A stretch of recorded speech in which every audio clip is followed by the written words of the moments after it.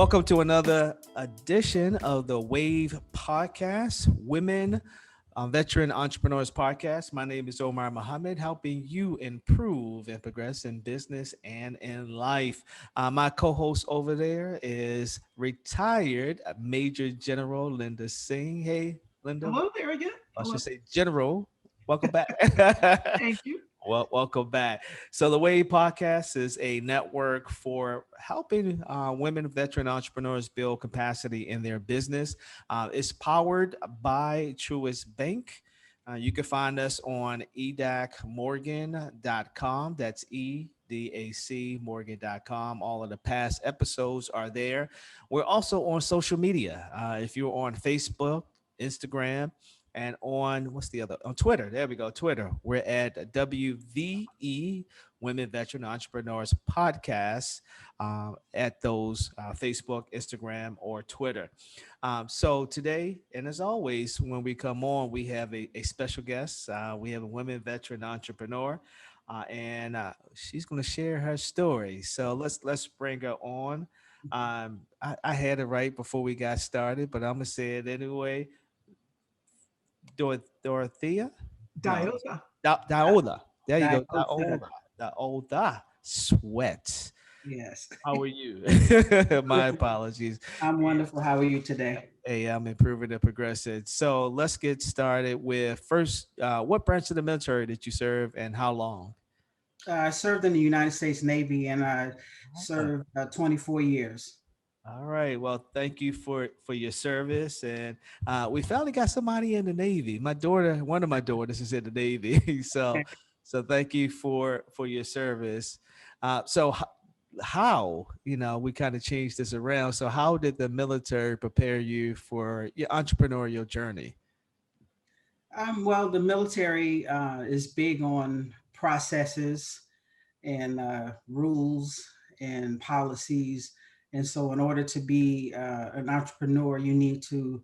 It's kind of easy to come up with the what you would like to do sometimes, but allowing it to birth into your vision and to keep it sustainment is where that training from the military comes into play. Because if I have those policies and processes in place, then even during those hard times, I can still keep moving. Mm, I like that. So let's talk about your entrepreneurial journey. So you're how long? First of all, let's talk about your business. Sweat Enterprises. What is Sweat Enterprises, and how long have you been in existence? So I've actually been an entrepreneur since 2001. I didn't look at it that way when I started. I had a rental property, and so a lot of times we don't treat our rental property as a business. Yeah. We just think of it as an extension of where we used to live. And so I have been a landlord since 2001, but Sweat Enterprises came about probably 3 or 4 years ago when because I dabble in a little bit of everything, and so I don't. My mother used to tell me, "Don't put all your eggs in one basket." So I try to do a little bit of this, a little bit of that. Am I good at anything? We don't know. But I do have under Sweat Enterprises. Um, I am a travel professional. I also have a financial restoral company, and I do ATMs. I'm in the ATM business as well. Okay, so You're ATM looking at stand, me like yeah, yeah. ATM stands for what? Automatic. automated. The ATM machines that you see in the stores. What? I own one of those. All right, you already had my attention when you said Navy, but Yeah. now you got my attention when you said ATM. They don't stand for anything other than where the money is. Yes. All Show right, me the money. all right. So I got so many questions, but we're gonna focus on focus on this, and then we'll come Right. back. I know people are asking, how do you own an ATM machine? They in my ear, I hear 'em. So how do you own an ATM machine? Well, it's actually pretty easy to do. I particularly work with our ATM depot. And so there are several different versions of the ATM machine that you can purchase. And so once you purchase the ATM, you get it set up. Um, with the internet for the location that you select, and then you're responsible for making sure that the cash boxes are filled. So the biggest hurdle in the ATM business is finding a location that has a Mhm. lot of foot traffic. Absolutely, And yes. so, hair salons and barbershops, things like that, are great places to put ATMs. So those ATM machines that you see in the barbershop or the hair salons, those they belong to an individual. Mm, And so it is a very lucrative business if you do it right. And I'm always looking for partners to partner with me to uh, to uh, to turn it into a franchise and not just me doing it myself.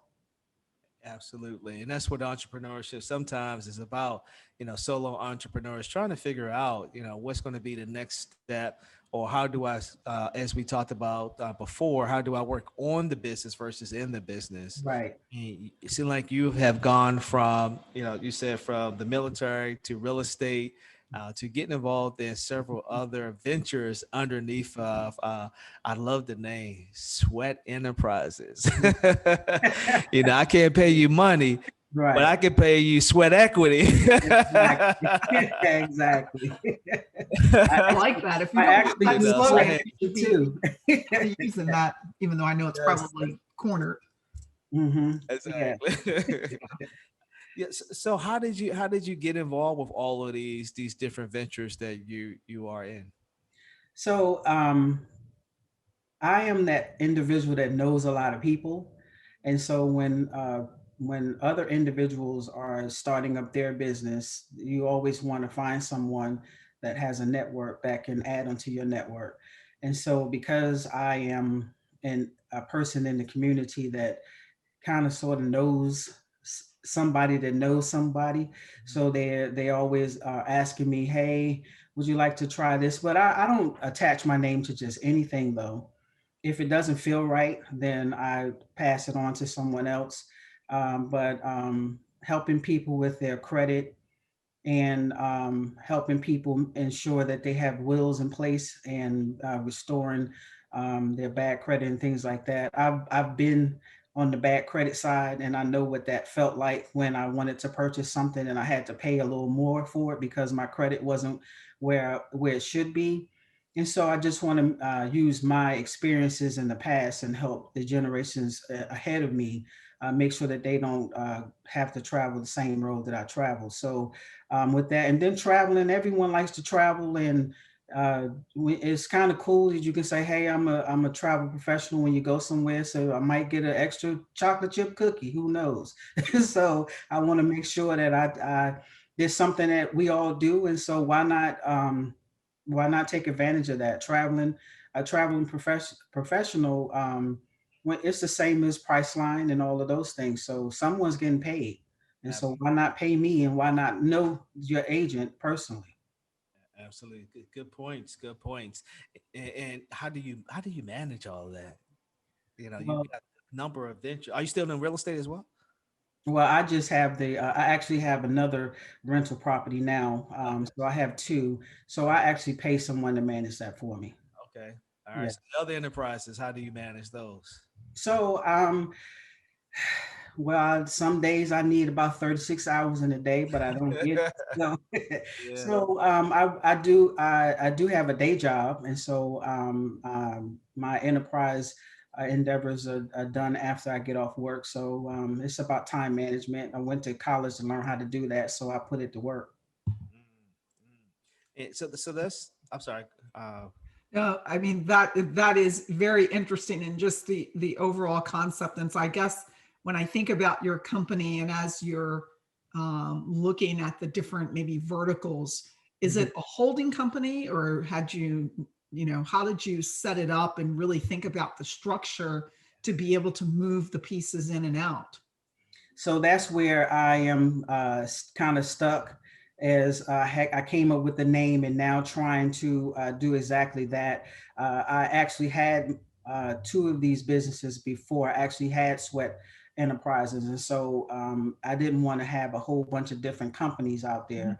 I just wanted to have one company and on all of those other endeavors fell underneath Sweat Enterprises. So that's what I'm trying to make sure that I get the processes and everything together and in line now.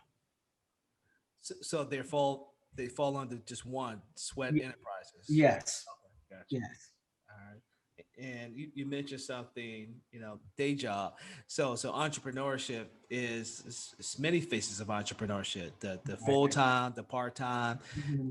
or that you have a full time job and you got a full time business as well. Yes. Uh, Mhm. so you say you went to school for time management. That's truly important as you begin to you're doing all these different Mhm. type of activities. Right. So I'm gonna ask the question again. How were you managing? Because I didn't know about the day job. So now you got these one, two, three, four. I'm gonna say four enterprises, a day Mhm. job, your life. Mhm. How were you managing all of that? Well, to be honest with you, some of them get more attention than others. So the Okay. ATM company, it runs itself. So I pick a day of the week that I go fill the machine up myself, and everything else is automated. The wonderful thing about the 21st century is that you don't need to do a lot of paperwork and all of those things. Everything is at the tap of a button, and Mm, so you can kind of automate your life a little that way. And I was just having a conversation last night at dinner. Is that I function very well when I have multiple projects going on. yeah. So when I have multiple things going on, I'm in my element, so I can manage multiple high level projects at the same time and Mm. do them well. It's not that I give you a half product; I still do them well. I like that. And I try to do that too, but I be pulling my hair out trying to figure out how to manage all these projects. Mhm. So you talked about something that's truly important with entrepreneurship, and that's making it automated. I Mhm. can just press a button. I always say to my wife, I don't have to do everything.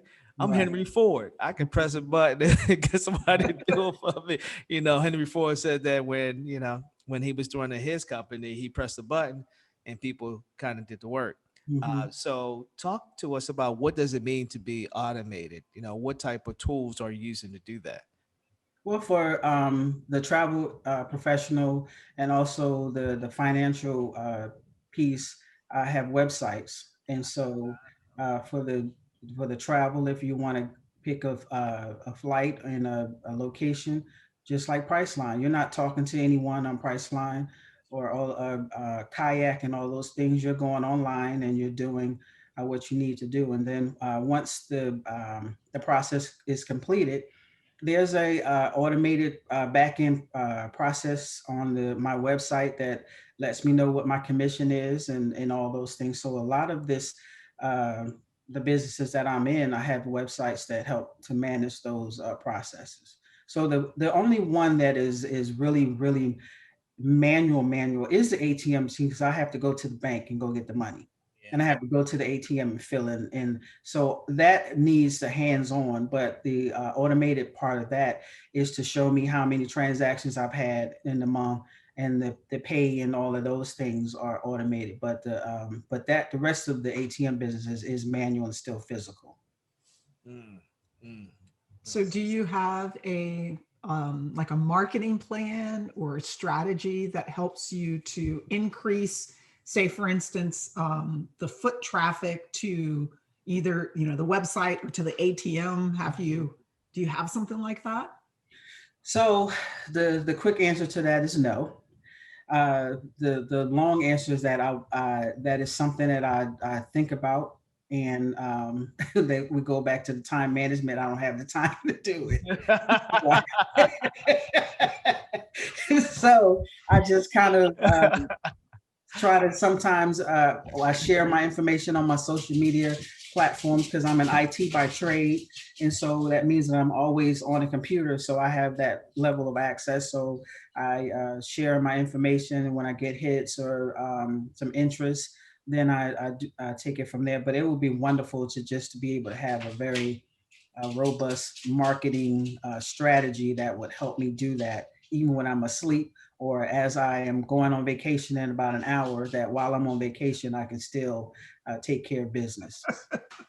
So you saying about an hour you going on vacation, Yes, or you sir. just saying that? Oh, okay, all Oh, no, right. sir. I'm going on vacation, my first one since 2019. Wow. Oh, nice. Yeah. Yeah. Well, enjoy it. You also talked about policies and procedure. You said that the Navy helped you out with that. Hmm.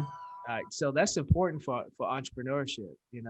For entrepreneurs and really anybody to Hmm. have those policies and procedures in place, and for you to have that skill set. That's incredible. Hmm. Can you talk to us about you know how how to kind of incorporate having policies and procedures? So, when every time I would transfer in the military, when I went there to do the exact same job as I did at my last location, but there were procedures that were in place that were specific to that location, and so you must have documentation in place to help you make sure that you're running your business the way you want, and also to put goals on yourself so that you know that you're moving in the right direction, or if you need to pivot, then you have a means to do that without loss of revenue, without loss of clientele and things like that. So, what I have noticed in a lot of people that start businesses is that we are very good at starting them, but it's the sustainment along the way is where we lack. And so we find ourselves 2 or 3 years down the road, we kind of lost the fire because we don't have those policies and processes and sometimes the right people in place. And so, um, that is important to me. And do I have them in place for all of my uh, um, businesses? No, I don't. And so I think because, and I'll go back to the ATM machines. The ATMs force me to have processes in place because I know on Sundays I need to have X amount of dollars in this machine because it's in a location that gets the most foot traffic of the week. So I know that I can't go out of town and not fill the machine up with X amount of dollars so that can cover Sunday and I don't get a phone call stating that the ATM is out of order. So I have a process. I really do have a process in place for the ATM machine, but the automated, it makes you a little lazy. And so you it kind of sometimes catches you off guard because you were expecting it to do something and like, oh, I forgot to do that. And so now you need to make sure. So the ATM has forced me to think more about processes than the other businesses have. Yeah, and having those processes in place, it helps you to work on the business and not in the business, Mm-hmm. and it can also help you with indicated that sustainability because uh, let's say you need to go out of town. Mm-hmm. Who's going to do the ATM machine? Who's going to do the travel? Even though it's most of it's on the website, but what Mm-hmm. if somebody needs to call? Right. You're not doing all of the answering, or we could use the real estate piece. You Mm-hmm. know, right now you have a property manager managing your property, Mm-hmm.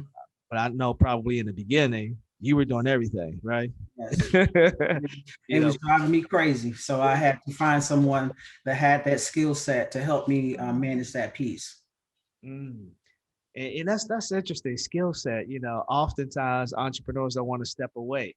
No, Mm-hmm. this is my baby. I want to hold really tight on this. Yeah. I can do this better than anybody else. Mm-hmm. When did you decide that, okay, I need to hire somebody with the skill set so they can free me up to do some other opportunities that I see out there? Right. Absolutely. Well, and that gets to really, Dyotha, what's your growth strategy? Because freeing up some of your time thinking about, where you're going to go, what is your growth strategy? What does that look like?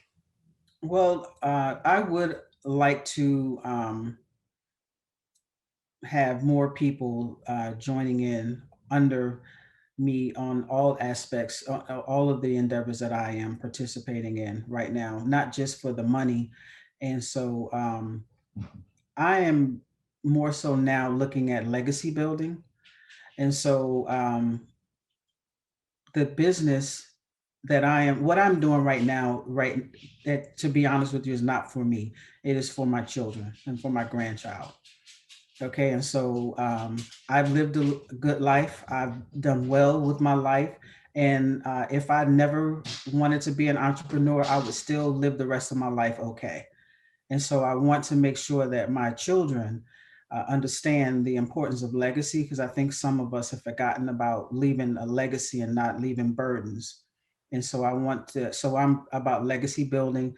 And so I want to more so get my children a little more engaged before I start bringing in other folks, because I don't want to lose why I am doing this in the first place.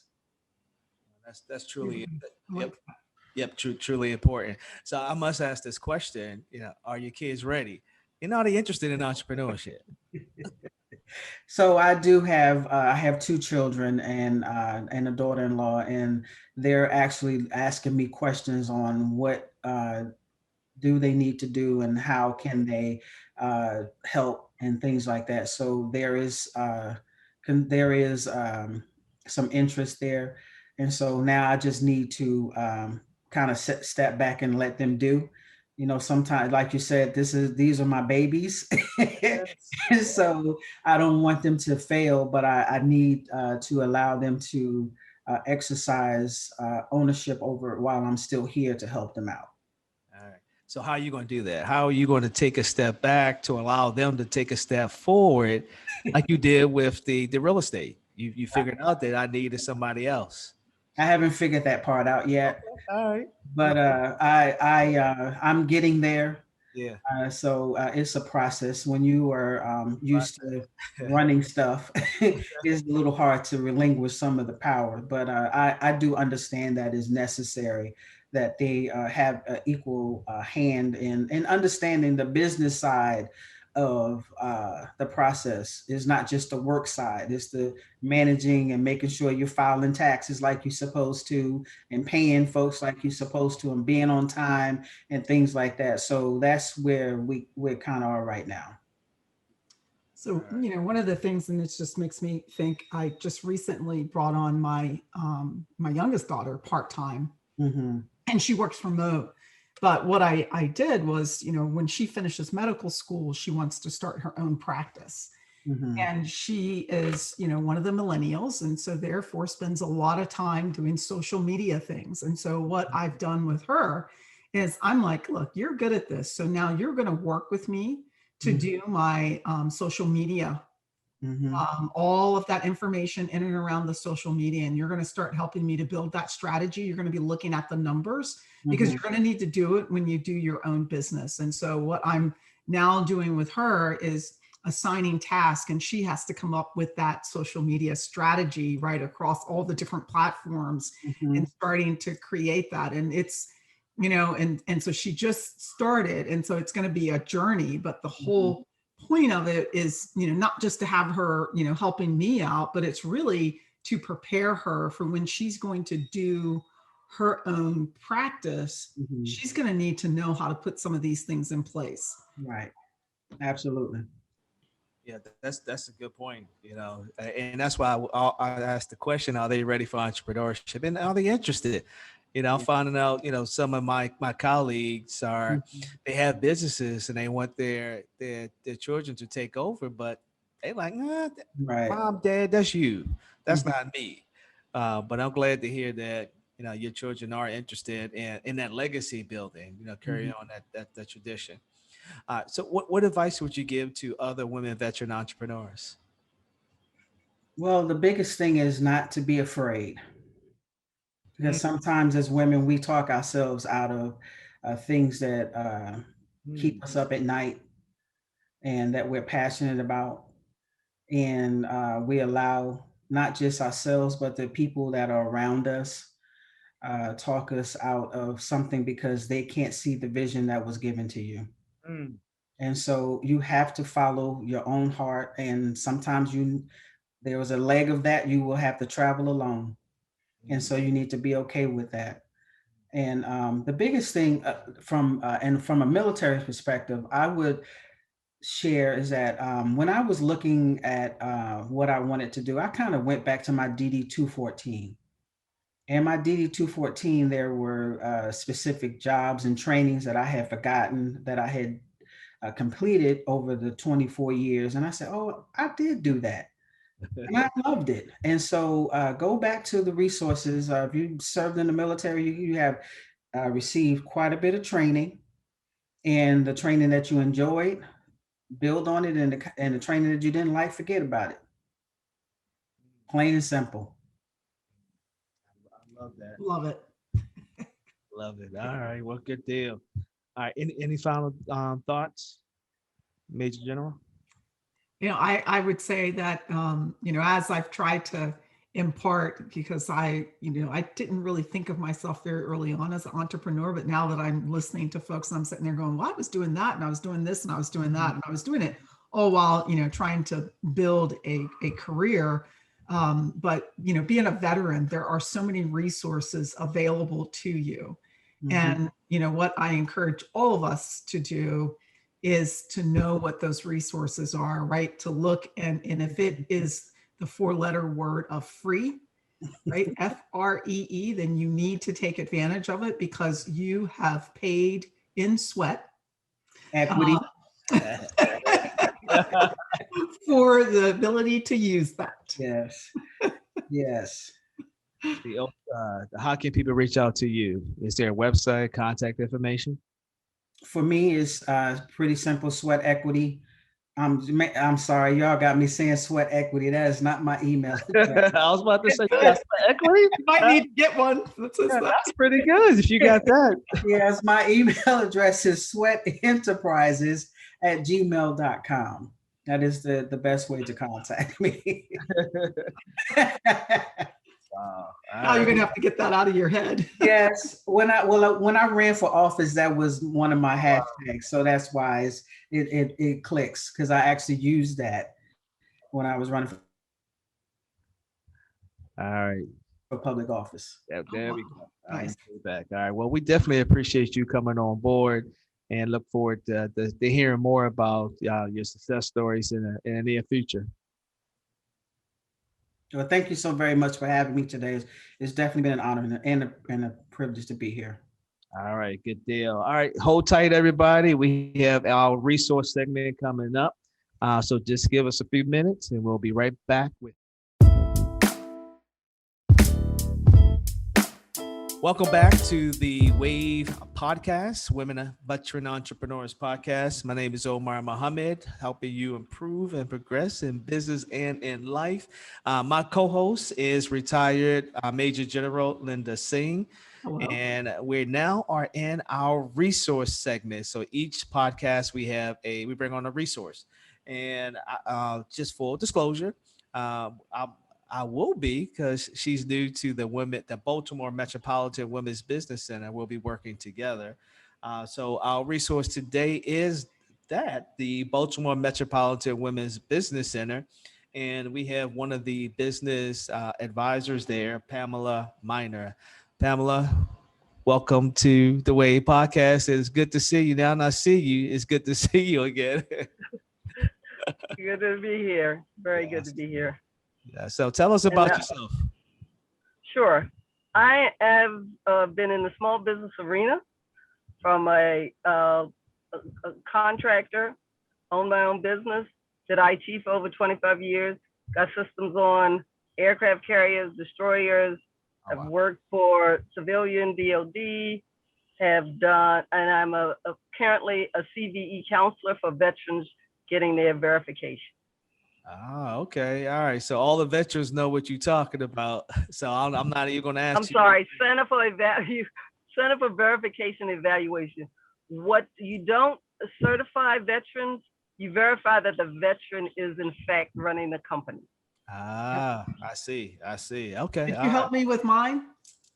Sure. You No, got I your said, DDD did you? coaching? I don't know. I mean, there's only 3 of us in the state. I think you did. I Wow. might have. Well, that's good. So here's a resource for you over at the Baltimore Metropolitan Women Business Center. All right. So I know you're fairly new there. Did you want to say something else? Right. Yeah, and I am a Baltimore native, even though Oh, I'm now living in Southern Maryland. But I born and raised in Baltimore, West Side. I was So about to say, you know, you from Baltimore. You got to tell where you from. All right. So if we got the West Side over West. All right. Good deal. All right. So, you know, the resources that are available through the Baltimore Metropolitan Women Business Center, can you just mention some of those? we have training, we have mentoring, we have consulting. Mm. Those are the primary things that we do in helping with, because especially like with somebody like me, I've been there, I've been everybody who's online. I actually started my business in 89, and we didn't have the tools that are available here. Yeah. And so I love the fact that that the tools are available. The 11 databases that are now SAM. I mean, we had to file out paperwork and stuff. Like, I feel like a dinosaur in this industry, but it's been a great ride. Absolutely. And I'm going to jump in because I know you're fairly new to the Baltimore Metropolitan Women's Business Center. Yeah. So, for anybody that's interested in receiving services, business counseling, if you will, you know, the Yes. Women Business Center has it available at no cost to you. So you should definitely, if you are in need of somebody with Pamela's expertise, you can reach out to the Women Business Center to have that that resource for you. And you know, we were talking. I believe it was a show that we did prior to, where the information is available out there. It's just hard to. I shouldn't say it's hard. People are not. There's a disconnect, if you will. You got the information and you got the people who need the information. Now, how do we marry the two? So we're definitely through this podcast and through the Women Business Center, making sure that we get information out to individuals. And what I always say is that we know what we know as business Yeah. owners. So I was an IT person. I could code. I could do those kinds of things. We know what we don't know. We go hire the accountant, the lawyer, whatever. We don't know what we don't know. And that's the stuff that'll put us out of business. The culture of the government, or the business culture. We don't, if somebody put 3 financial statements in front of us, could we see the company, could we determine which company was successful, which wasn't, and which is on the rise, kind of thing. So those kinds of things, you don't even think about it, the business plan, things like that, you might create it, but is it a living business plan? Because my business changed probably 4 or 5 times in the process of those 25 years. Yeah, absolutely. And then, you know, you talked about this certification. Are you really ready to do business with the federal government? Well, that's the procurement readiness piece, and that's being registered in SAM, using the dynamic small business. That's like the Google of small business for small businesses. Yeah. If I'm a procurement person and I'm looking for a woman-owned business, I'm going to go to Dynamic Small Business Search to make sure that I can find 2 that can do what I need to do.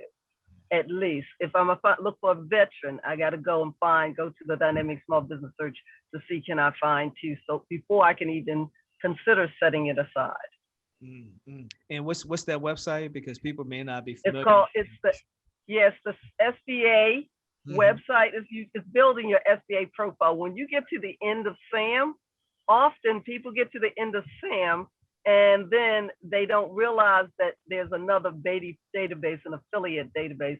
There's a little logo, SBA logo. You got to click on it to go in it. About 80% of the data moves over. Yeah. And so people think they're in there. Then they'll start getting calls from people that want to charge them money because they know they didn't fill in the dynamic small business search. That's a good nugget to take away. So again, these are some resources available at the Baltimore Metropolitan Women Business Center. Again, if you're looking to do government contracting, you know, people say, I want to do government contracting. You know, I signed up. I haven't got no money yet. No contract yet. So but they've gotten people. Exactly. And people have called them because to want them to pay them money to make sure that they can get contracts. Anybody call you that wants money to help you do what you need to do, call us first. Say that again, Pamela, because people will be calling. They're gonna be calling individuals. So say that again for them. Right. Soon as you register in SAM, that's a database, a public database, and companies that look for that kind of thing, they'll go look at your information. They'll say, well, you don't have it fully filled out, then we'll charge you $2,000 to fill it out for you. So before you pay anything, recognize there are a number of small business resources, women's veterans empowerment, entrepreneurs. They are one of those free resources, and free is good. Absolutely. And right, Pam, there's another one, because I get this one all the time, and it drives me nuts. Is you get the emails and they make them seem like they're coming from the small business or the SAM system. Read them very carefully, because in many cases it says we are not a government entity. And it really starts when your SAMs is coming up for expiration and you need to renew it. They will bombard you with things. So I'm glad you brought that up, because that's a huge challenge. It is. Yeah, it is. It definitely is. And it's crazy because I've been in business. I had, like I said, the IT business for over 25 years. And then I just recently started the Pamela Minor Consults, 3 years ago. And I didn't even bother to do the SAM. I was telling everybody to do the SAM. So I even have registered SAM so I can be living true to the code here. There you go. Well, we definitely appreciate that. All right, any final thoughts, Pam, before you have to jump out? No, just I want people to really make sure that they are visible in the databases that the government look for you in the dynamic small business search, which is part of SAM, is that. And you can look it up look up your information, and we can even talk about what's missing and what's not missing that can keep you visible to the government. All right. And do you know the website yet for the Baltimore Metro? I got it, but I haven't memorized it. That's all right, I got you. It's Baltimore Metro WBC, and that's .org. So it's BALT Metro WBC, West Side Baltimore City. I like that, West Side Baltimore City, but it's not that, y'all. It's Women Business Center .org. So Pamela, really appreciate you coming on. Any final thoughts, Major General? No, I think this is great, and I'm so glad you hit on some of the key points, and the fact that the SAM.gov system. So the SAM system she's talking about is SAM.gov. Absolutely. All right. Well, definitely. And anybody trying to help you, make sure their .gov is not .com, because they're gonna have a price tag attached to it. Absolutely. Or .org, because we can help you out as well. Yes. .org. Yeah. Definitely. All right, good deal. Thank you for coming on board. Again, you can find us at WAVE, WVE Podcast on Facebook, Instagram, and Twitter. Past episodes of the WAVE Podcast is on EDAC, that's EDAC Morgan.com. And thank you for tuning in. Again, until next time, continue your efforts on capacity building for your enterprise. And don't forget, always continue to improve and progress. We'll see you next time. Bye. Bye-bye.